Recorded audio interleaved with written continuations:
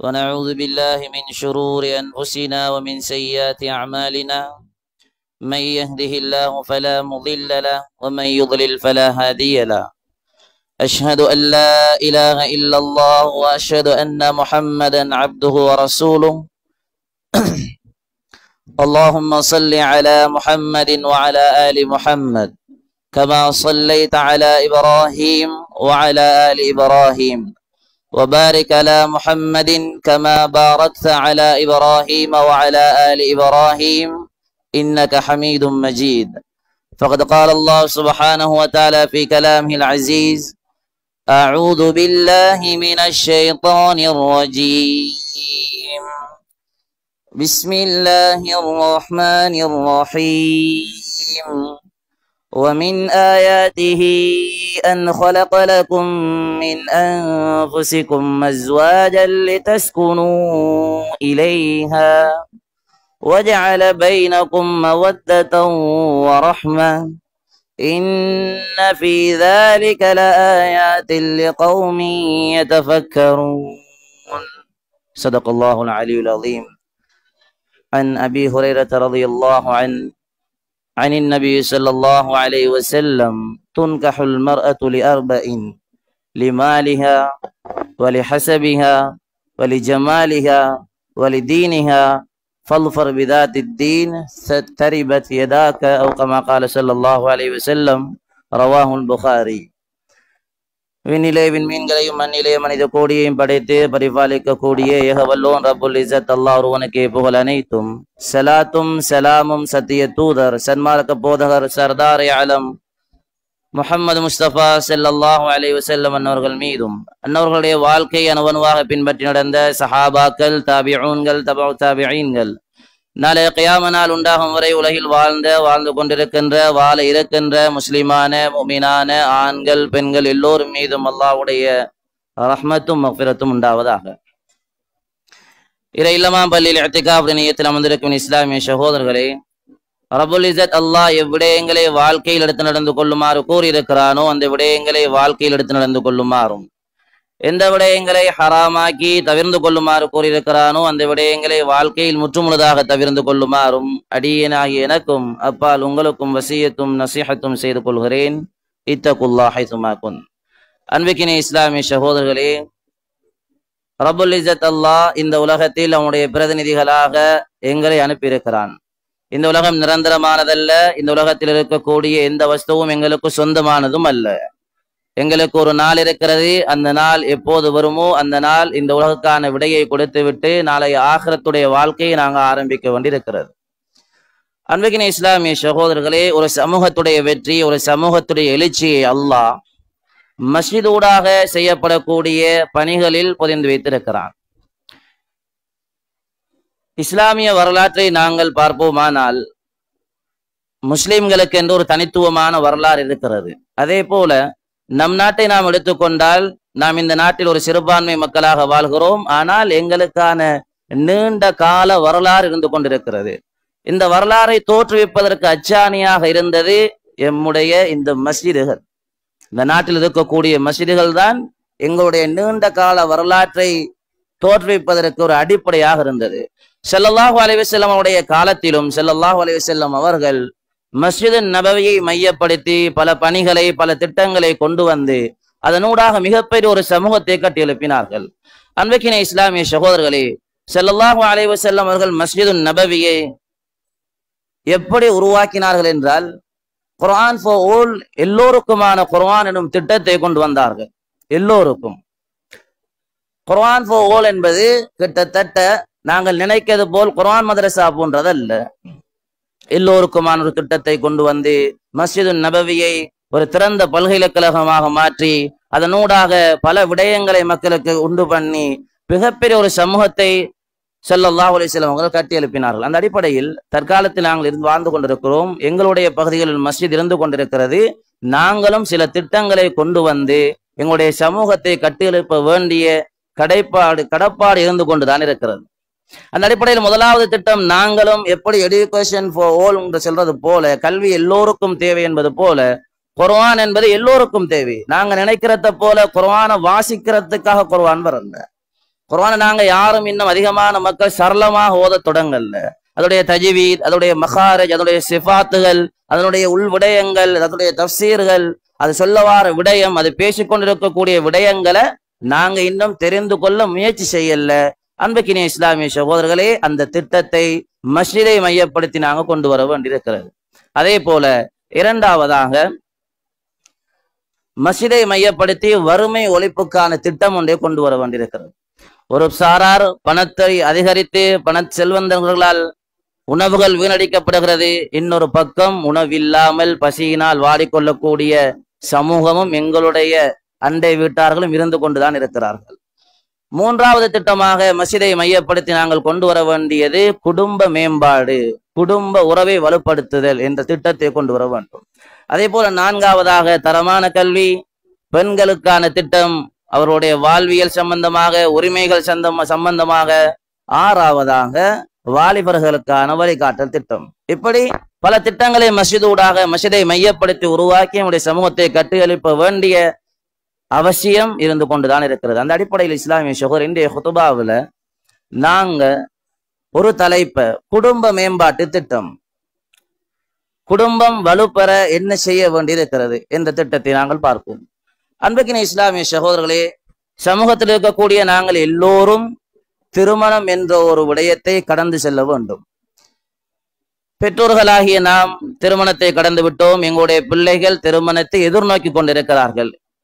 இப்பிள்ளைகளை சரியான முறையில் வழி நடாத்தி அந்த திருமணம் எனும் வாழ்க்கைக்குள் கொண்டு செல்வது ஒவ்வொரு பெற்றோர்களுடைய தார்மீக கடமையாக இருந்து கொண்டிருக்கிறது. குறிப்பாக ஊருடைய மஸ்ஜித் நிர்வாகிகள், ஆலிம்கள், துறை சார்ந்தவர்கள், அதிபர்கள், ஆசிரியர்கள், முக்கியஸ்தர்கள் எல்லோரும் என்று சேர்ந்து குடும்ப மேம்பாட்டுக்கான ஒரு திட்டத்தை உருவாக்குவது காலத்தின் கட்டாயமாக இருக்கிறது. ஏன் இது தேவை?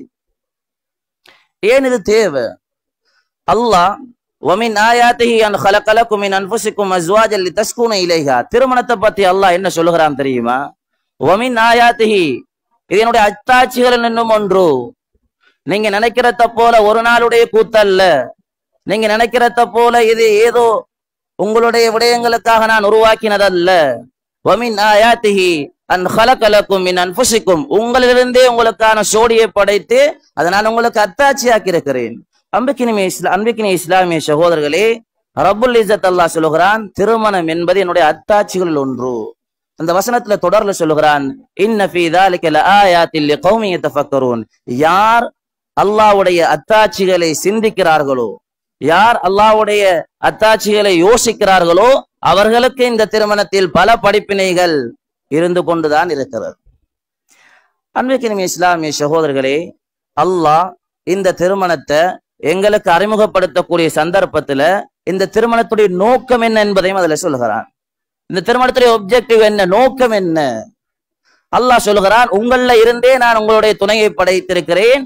லிதஸ்குனு இலைஹா, ஒரு ஆண் ஒரு பெண்ணின் மூலமாக மன அமைதியை, சாந்தியை அவன் அடைய வேண்டும். இதுதான் அல்லாஹ்வுடைய நோக்கம். ஒரு ஆண் தொழிலுக்கு வெளியே செல்கிறான், கஷ்டங்கள், பிரச்சனைகள், இருக்கப்பட்ட எல்லா பிரச்சனைகளும் தன்னுடைய தலைகள் சுமக்கிறார். வீட்டுக்கு வரக்கூடிய சந்தர்ப்பத்துல அந்த பெண் தன்னை அலங்கரித்துக் கொண்டு அந்த ஆணுடைய கஷ்டங்கள், இன்பங்கள், துன்பங்கள் எல்லா விடயங்களிலும் அந்த பெண்ணும் துணையாக நின்று அவரை அமைதிப்படுத்தி அவருக்கான அமைதியை கொடுக்க வேண்டும் என்பதுதான் அல்லாஹ்வுடைய இந்த திருமணத்துடைய நோக்கம். இந்த ஒப்ஜெக்டிவே அல்லாஹ் சொல்றதை நீங்க அமைதி பெறணும். தற்காலத்துடைய நிலைமை என்ன? அல்லாஹ் குர்ஆன்ல சொல்லுகிறான், நீங்க அமைதி பெற வேண்டும் என்று நான் இந்த திருமணத்தை உண்டு பண்ணியிருக்கிறேன். ஆனால் இந்த திருமணத்துடைய தற்கால நிலைமை மன நிம்மதி இல்ல, விட்டு கொடுப்பு இல்ல, சகிப்புத்தன்மை இல்ல. அதனால இரு சாரார்களும் நாளுக்கு நாள் என்ன செய்கிறது? பிரச்சனை அதிகரித்து விவாகரத்துக்கு கொண்டு போய் நிற்கிறது. அன்பிக்கினிய இஸ்லாமிய சகோதரர்களே, அல்லாஹ் இந்த வசனத்திலும் இன்னொரு விடயத்தையும் சொல்லுகிறான், வஜஅல பைனக்கும் மவத்தத வ ரஹ்மா, உங்களுக்கு மத்தியில நான் அன்பையும் பரஸ்பரத்தையும் உண்டு பண்ணி இருக்கிறேன். அதுவும் என்னுடைய அத்தாட்சி. மவத்தத் வாலிப வயதோடு சம்பந்தப்பட்டது, ரஹ்மா முதியோர் எங்களுடைய வயோதிபத்துல சம்பந்தப்படும். அன்றைக்கு இஸ்லாமிய சகோதரர் நிறைய விடயங்கள் பேச வேண்டியிருக்கிறது. அந்த அடிப்படையில சில விடயங்களை தொட்டு காட்டி கொண்டு செல்கிறேன். நேரம் போதாமை இருக்கிறது, அந்த நேரத்திற்குள் முடித்துக் கொள்ள வேண்டும். இதற்கான காரணம் என்ன? விவாகரத்து அதிகமாகிறது, நாளுக்கு நாள் கேட்டுக்கொண்டிருக்கிறோம். எங்களுடைய நாட்டுடைய நிலைமை ஒரு ஆய்வின்படி நாள் ஒன்றுக்கு 4 முதல் 10 வரை தலாக்குகள் நடந்து கொண்டிருக்கிறது. ஒரு நாளைக்கு ஒரு பகுதியில 5 வருடத்துடைய தரவு 500 தலாக்குகள். 500 தலாக்குகளுடைய கிட்டத்தட்ட தலாக்காக ஆண் சொன்னது வெறும் 20. 480 பசுகளும் குழுகளும் குழு எடுத்துக்கொண்டது. பெண்களாகவே தானாக வந்து எனக்கு இந்த திருமணம் வேண்டாம், அதே போல காரணங்களை சொல்லி இதை நூடாக இடம்பெற்ற விபரீதம் என்ன தெரியுமா? 480 தலாக்குகள், 400 பிள்ளைகள் அனாதைகள். அந்த 480 500 தலாக்குகளா? அந்த 500 தலாக்குகளுடைய முடிவு 400 கிட்டத்தட்ட பிள்ளைகள், அதற்கும் அதிகமானவர்கள் அனாதையாக ஆகிறார்கள். இதற்கான காரணம் என்ன? ஏன் அதிகமான தலாக்? முதலாவது காரணம், ஒரு நோய் என்றால் அந்த நோயுடைய காரணத்தை நாங்கள் கண்டுபிடிக்க வேண்டும். முதலாவது தலாக்கிற முதல் காரணம் முறையற்ற திருமணம். திருமணம் என்றால் அல்லாஹ் அத்தாட்சியாக கொண்டு வந்திருக்கிறான், அதற்கான ஒரு கட்டுப்பாடு அல்லாஹ் வச்சிருக்கிறான். நாங்க நினைக்கிறத போல திருமணம் அல்ல. அல்லாஹ் இந்த சமூகத்துடைய ஒரு கட்டுப்பாட்டை வச்சிருக்கிறான், வழியிலே கொண்டு. ஒரு திருமணம் என்றால் வழி இருக்க வேண்டும், ஆணும் பெண்ணும் முஸ்லிமாக இருக்க வேண்டும், அதே போல அந்த இடத்துல 2 சாட்சிகள் இருக்க வேண்டும், மகர் கொடுக்கப்பட வேண்டும். இது இஸ்லாத்துடைய ஒரு கட்டுப்பாடு. தற்காலத்தில் என்ன நடக்கிறது? படிக்க செல்கிறார்கள், தொழிலுக்கு செல்கிறார்கள். இந்த நேரத்தில் ஒரு ஆணும் பெண்ணும் விரும்பி விடுகிறார்கள். இந்த சந்தர்ப்பம் குடும்பம் ஒத்துக்கொள்ளவில்லையா, அவர்கள் தானாகவே வெளிக்கிளம்பி ஒரு வழி இல்லாமல் திருமணத்தை முடிக்கிறார்கள். அதற்கு எங்களுடைய பொறுப்புதாரிகளாக இருக்கக்கூடியவர்களும் துணை போகிறார்கள். நாங்கள் நினைச்சு கொண்டிருக்கிறோம் இது லேசான விடயம் என்று. ஒரு வழி இல்லாமல் திருமணம் ஏற்றுக்கொள்ள முடியாது, அது கபூலாகாது. அப்படி இருக்க இந்த நேரத்துல முறையற்ற திருமணங்களை எங்களுடைய பொறுப்புதாரிகளே முதன்மையானவர்கள் நின்று செய்வதென்பது மிக கவலையான விடயம். அன்பிற்கினிய இஸ்லாமிய சகோதரர்களே, இந்த முறையற்ற திருமணங்கள் அதிகரிக்கிறது. அதன் மூலமாக அவருடைய திருமண வாழ்க்கையை தொடங்குகிறார்கள். பெற்றோர்களை அவமதித்து அவர்களுடைய துவாவை பெறாமல், அவர்களுடைய பதுவாக்களோடு அவர்களுடைய துணை இல்லாமல் இந்த திருமணம் நடக்க எதிர்காலத்துல வந்து விடையக்கூடிய முடிவு தலாக்குல வந்து நிற்கிறது. அன்பிற்கினிய இஸ்லாமிய சகோதரர்களே, 2வது காரணம்தான் மார்க்கம் என்ன பார்க்க வேண்டும் என்று சொல்லியிருக்கிறதோ திருமணத்துல நாங்க அதை புறம் தள்ளிவிட்டு கவர்ச்சியான விடயங்களை நாங்க பார்த்து கொண்டிருக்கிறோம். 3வதாக ஆண் பெண் தவறான தொடர்பு. சொல்ல வேண்டிய அவசியம் இல்லை, சோசியல் மீடியாக்களுடைய ஆதிக்கம் எங்களுக்கு தெரியும். ஆண் பெண்ணுடைய தவறான தொடர்புகள் திருமணத்தை விவாகரத்துல கொண்டு வந்து நிற்கிறது, டிவோர்ஸ்ல கொண்டு வந்து நிப்பாட்டுகிறது. அதே போல போதை வஸ்துக்களுடைய பாவனை. போதை வஸ்துக்களை பாவிக்கிறார், அதனூடாக அவர் அதிலேயே மூழ்கி கிடக்கிறார். போதிய வருமானம் இல்ல, பிள்ளைகளை கவனிக்கிறார் இல்ல, மனைவியை கவனிக்கிறார் இல்ல, மனைவியுடைய எந்த விதமான நிகழ்வுகள், பிள்ளைகளுடைய எந்த விதமான நிகழ்வுகளுக்கும் அவர் அட்டன் பண்றார் இல்ல, போறார் இல்ல. ஒரு ஒழுங்கான ஒரு கட்டுப்பாடான ஒரு குடும்பமாக அது அல்ல.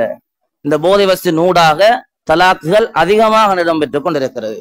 அதே போல குடும்பத்துக்கான நேரம், போதிய நேரம் கொடுக்கிறது என்பது மிக குறைவாக இருக்கிறது.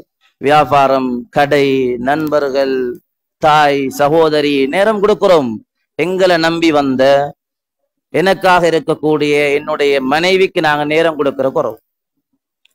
இதனாலையும் தலாக் வருகிறது, இதனாலையும் தலாக் இடம்பெறுகிறது. அதே போல 6வதாக திருமணத்தில் பெற்றோர்களுடைய முறையற்ற தலையீடுகளும் தலாக்குல வந்து நிற்கிறது. திருமணம் முடிச்சு கொடுத்துட்டோமா, கபில் தூ, நான் உங்கள்கிட்ட பொறுப்பு தந்துட்டேனா, நாங்க எல்லா விடயங்களிலும் தலையிடக்கூடாது. தலையிடக்கூடாது. இந்த முறையற்ற தலையீடுகள் என்ன செய்கிறது தெரியுமா? விவாகரத்துக்கு செல்கிறது. நாளுக்கு நாள் அதிகரிச்சு விவாகரத்துடைய வீதம் அதிகமாகி கொண்டிருக்கிறது. அன்பிற்கினிய இஸ்லாமிய சகோதரர், நேற்றைய செய்தி, சவுதி அரேபியாவுல 8 மாதங்கள் 2025 8 மாதங்கள் கழிந்திருக்கிறது. தரவு, விவாகரத்தான பதிவான தரவு கிட்டத்தட்ட 57,595 தலாக்குகள். சவுதி அரேபியாவுடைய காரணம் சொல்லியிருக்கிறார்கள். இந்த தலாக்குக்கான முதல் காரணம் ஆடம்பர திருமணம், இரண்டாவது சொல்லியிருக்கிறார்கள் திருமணத்துடைய அறிவின்மை. திருமணம் என்றால் என்ன என்கிற அறிவில்லாமல் திருமணம் முடிக்கிறார்கள். நோய்களை கண்டுபிடிச்சிட்டோம், போதை வஸ்தி, முறையற்ற திருமணம், ஆண் பெண்ணுடைய தவறான தொடர்பு, இப்படியான நோய்களை கண்டுபிடிச்சிட்டோம். இதற்கான தீர்வு என்ன? மார்க்கம் இஸ்லாமிய ரீதியாக நாங்க என்ன பார்க்க வேண்டும்? இதற்கான தீர்வு, முதலாவது தீர்வு அன்பிக்கின இஸ்லாமிய சகோதரர்களே, திருமணத்தில முதலாவது நாங்க எதை பார்க்கணும் என்று ஸல்லல்லாஹு அலைஹி வஸல்லம் சொல்லி இருக்கிறாங்க.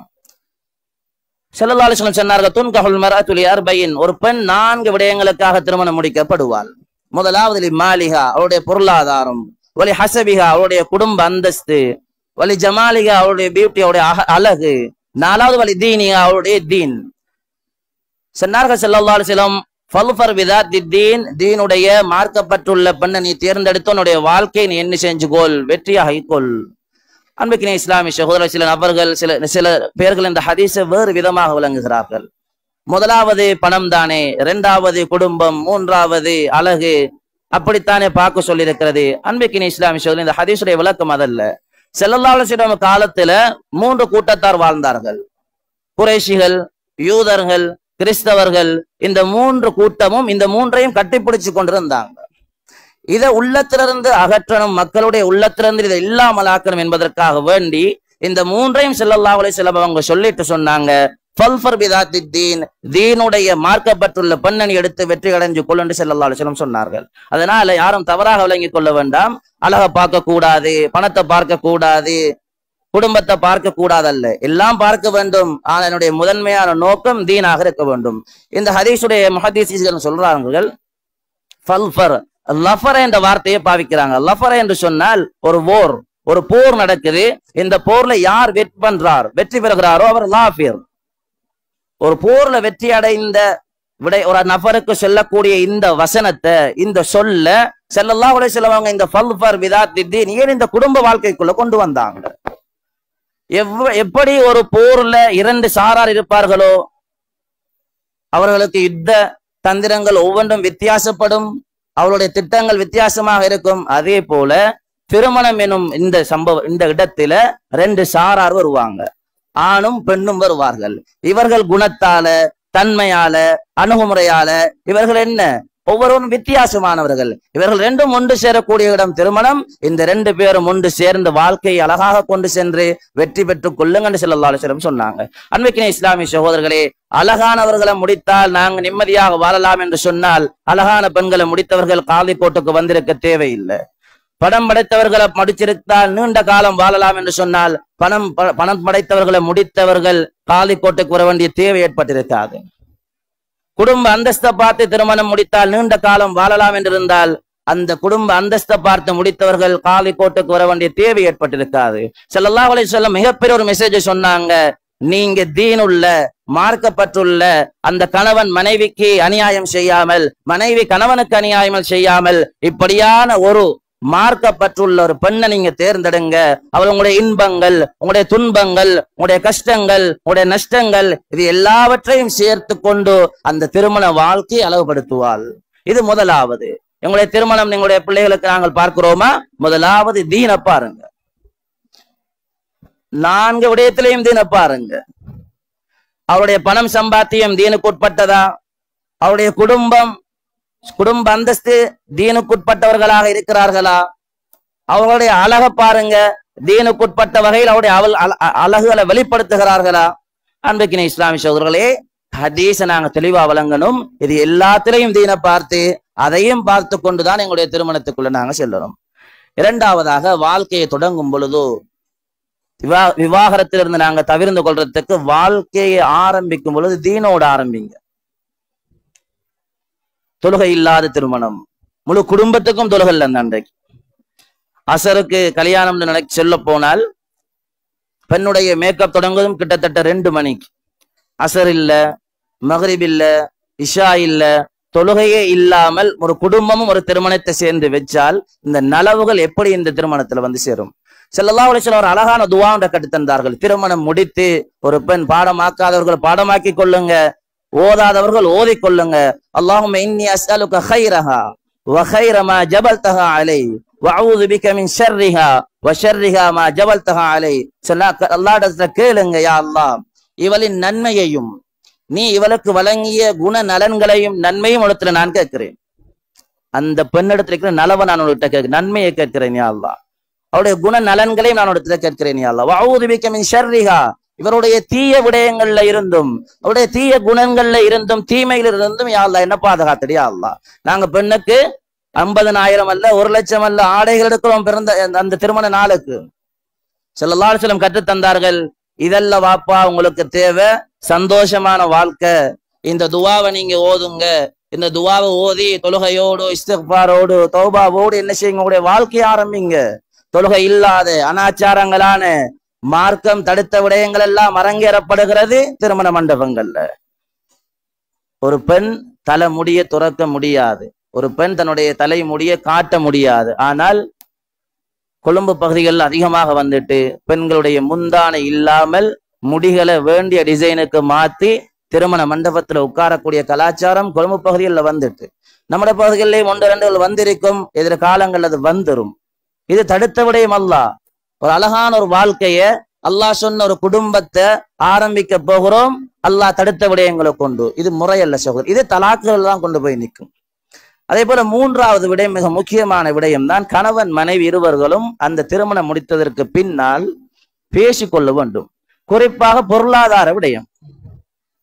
அதிகமான ஆண்கள் பேசுறல்ல பெண்களிடத்துல, எவ்வளவு சம்பாத்தியம் எவ்வளவு சம்பளம் வருகிறது. அன்பிக்கின இஸ்லாமிய சகோதரர்களே, மார்க்கம் தெளிவாக சொல்லி இருக்கிறது.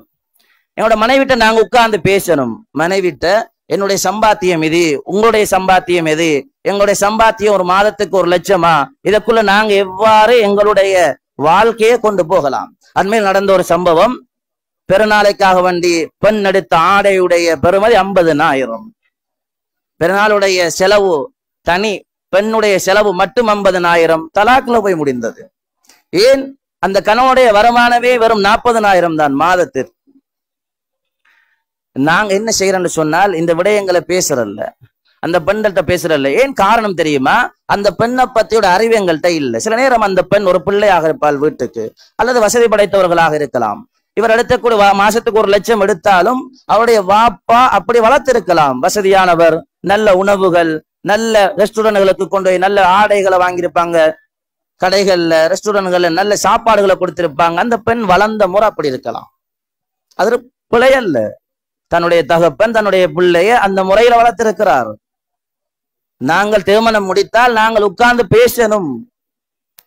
அன்பிக்கின இஸ்லாமிய சகோதரர்களே, பெண் என்பவள் யார் என்கிறத நாங்கள் விளங்கணும். அண்மையில ஒரு விவாகரத்து, இந்த விவாகரத்து நடக்கக்கூடிய சந்தர்ப்பத்துல சொல்லப்படுற ஒரு பெண் என்பவள் பலவீனமானவள், விழா எலும்பிலிருந்து, எங்களுடைய விழா எலும்பிலிருந்து படைக்கப்பட்டவள், அவருடைய சில குறைபாடுகள் இருக்கும். இந்த வார்த்தையை ஒரு சமரசம் செய்யப்படுகிறது. அந்த கணவன் சொல்லுகிறாள், அவள் வளைந்தவளாக இருந்தால் அவளை நான் நேராக்கி உடைப்பேன், அவள் வளைந்தவளாக இருந்தால் நான் நேராக்கி உடைப்பேன். சமூகம் எங்க இருக்கிறது சகோதரர்களே? இதற்கான காரணம் என்ன தெரியுமா? இதற்கான காரணம் 4வது சொல்யூஷன் தான். திருமணத்திற்கு முன்னால தம்பதிகளுக்கு குடும்ப வாழ்வியல் பயிற்சி தேவை. ஒரு பெண் தலாக்குக்கு வந்தால், குழுவுக்காக வேண்டி வந்தால், என்ன குழு, எனக்கு குழுவுக்கு திருமணம் வேண்டாம். காரணம் என்ன மகள்? நான் ஒரு பிரெக்னன்ட், நான் ஒரு கர்ப்பிணியாக இருக்கிறேன், அது போல நான் ஒரு மாதவிடா எனக்கு ஏற்படுகிறது, என்னுடைய மாதாந்த நோய் வருகிறது. இந்த நேரத்துல நான் விரும்பக்கூடிய விடயமும் எனக்கு வெறுப்பாக இருக்கும். அதுதான் அந்த பெண்ணுடைய இயல்பு. என்னுடைய கணவனுக்கு இந்த விடயத்தை அறிந்து கொள்ளக்கூடிய ஆற்றல் அவருக்கு இல்லை. அதனால எனக்கு குழு தாங்க என்று சொன்ன அன்புக்கின இஸ்லாமிய சகோதரர்களை, ஆண்கள் வாலிபர்களுக்கு பெண்ணை பத்தி தெரியாது, பெண்ணை பத்தி என்னென்றே தெரியாது. அவர்களுக்கான நோய் என்ன? அவர்கள் வாஷிங் மிஷின் அல்ல, அவர்கள் ரைஸ் குக்கர் அல்ல, அவர் எங்களோடு எங்கள்ல இருந்து படைக்கப்பட்டவள். எப்படி எங்களுக்கு ஆசா பாசம் இருக்குமோ அதே போல அவளுக்கும் ஆசா பாசங்கள் இருக்கிறது. அவள் அன்பை விரும்புவாள். அவர்கள் எப்படி நடந்து கொள்ளணும் அது தனி பயானாக பண்ணலாம், குத்துபாவாக.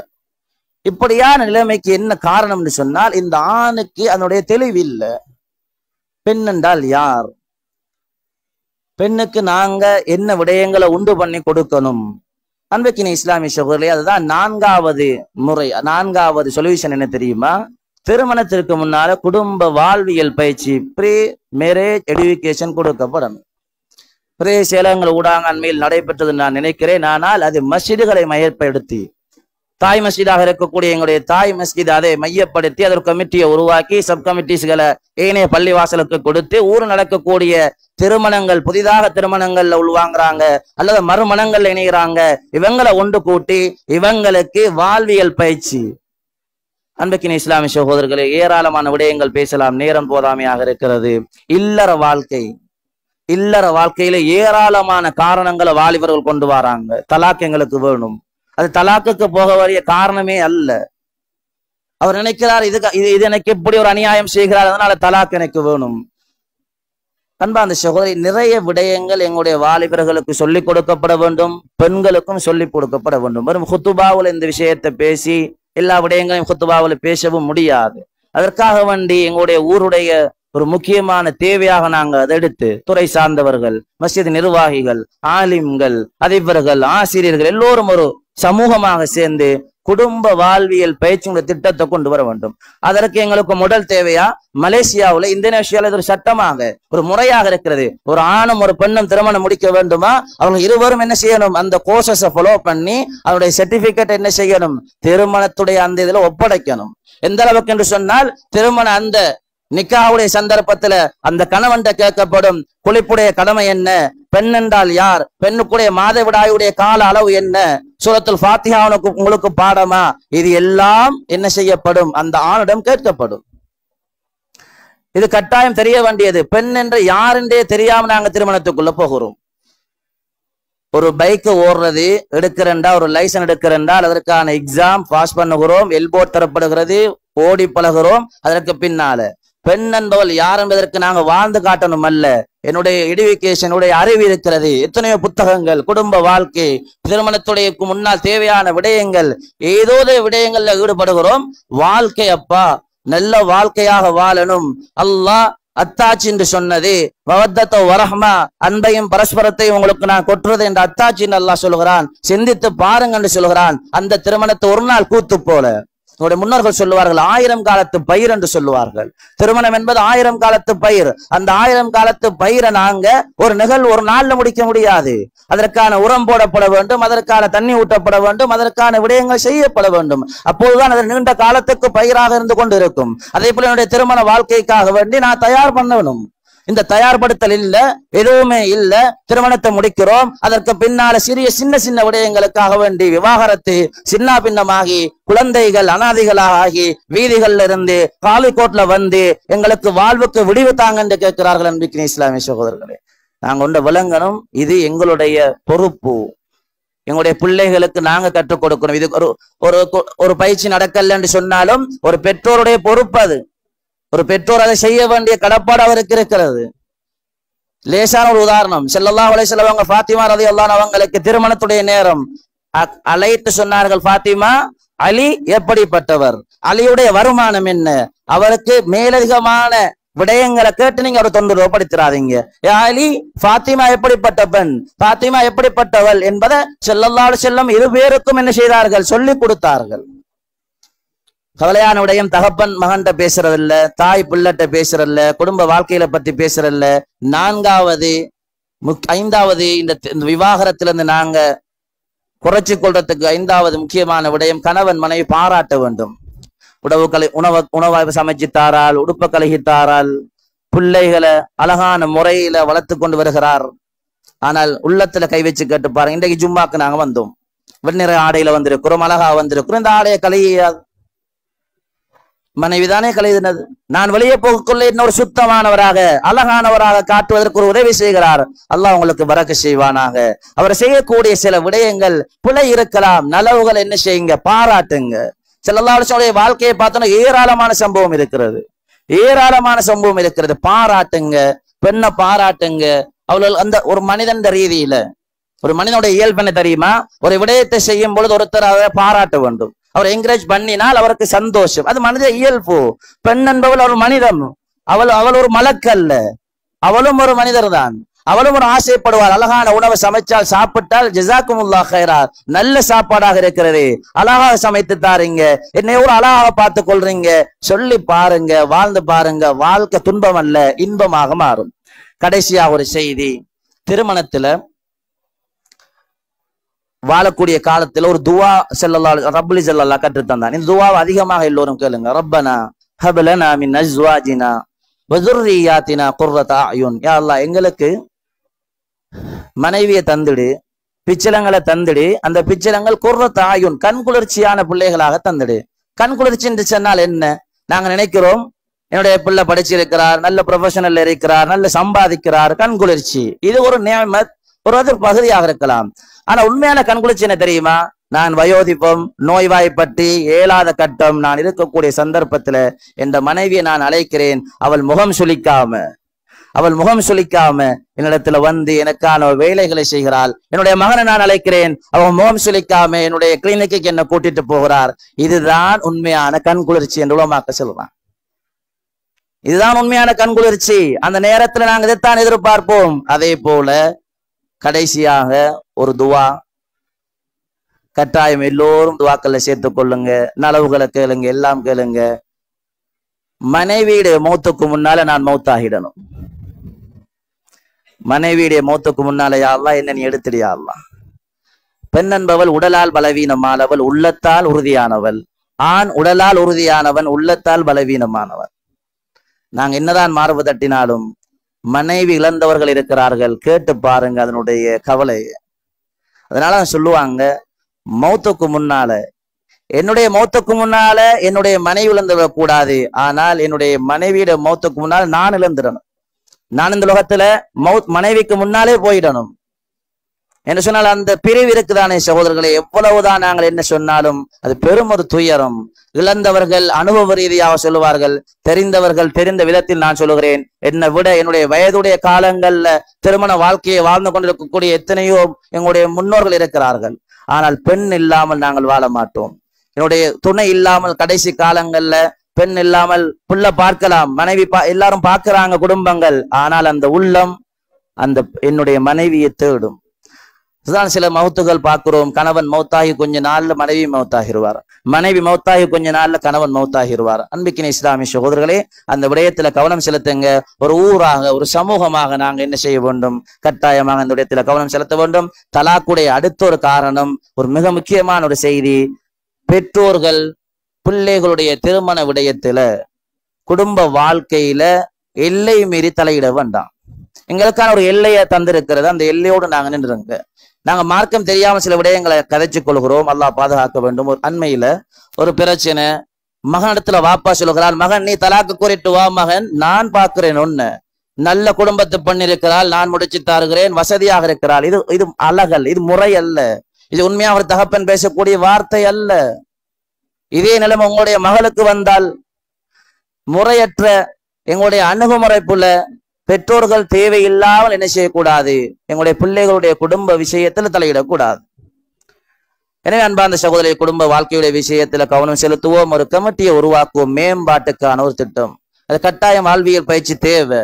என்ன சில பெண்ணை தெரியாமல் போய் கல்யாணம் முடிக்கிறார்கள். அவருடைய என்ன விடயங்களே தெரியாமல் என்று போய் அதிகமான தலாக்குகள் சொல்லி முடிக்க முடியாது, ஏராளமான தலாக்குகள். அந்த ஆயுடைய கடைசி முடிவு என்ன தெரியுமா? இந்த தலாக்குகள் எங்க தெரியுமா அதிகமாக நடக்கிறது? முஸ்லீம்கள் செறிந்து வாழக்கூடிய இடத்துலதான் இந்த தலாக்குகள் அதிகமாக நடக்கிறது. எனவே அன்பிக்கினே இஸ்லாமிய சகோதர விடயத்துல கவனம் செலுத்துங்க. ரப்புல் இஸ்ஸத் அல்லாஹ் என்னையும் உங்களையும் கபூல் செய்வானாக. யா அல்லாஹ் எங்களுடைய வாழ்க்கை, யா அல்லாஹ் எங்கள் அனைவருடைய பாவங்களை மன்னிச்சிரு யா அல்லாஹ். நாங்கள் அறிந்து மறியாமல் தெரிந்தும் தெரியாமல் சரி எல்லா விதமான பாவங்களை மன்னிச்சிரு யா அல்லாஹ். எங்களுடைய குடும்ப வாழ்க்கையை மௌத்து வரையும் சந்தோஷமாகவும் நிம்மதியானதாகவும் ஆக்கி தந்திரு யா அல்லாஹ். ஸல்லல்லாஹு அலைஹி வஸல்லம் எவ்வாறு இந்த உலகத்துல வாழ்ந்து காட்டினார்களோ அந்த வாழ்க்கையை இந்த உலகத்துல நாங்கள் வாழ தௌஃபீக் செய்திரு யா அல்லாஹ்.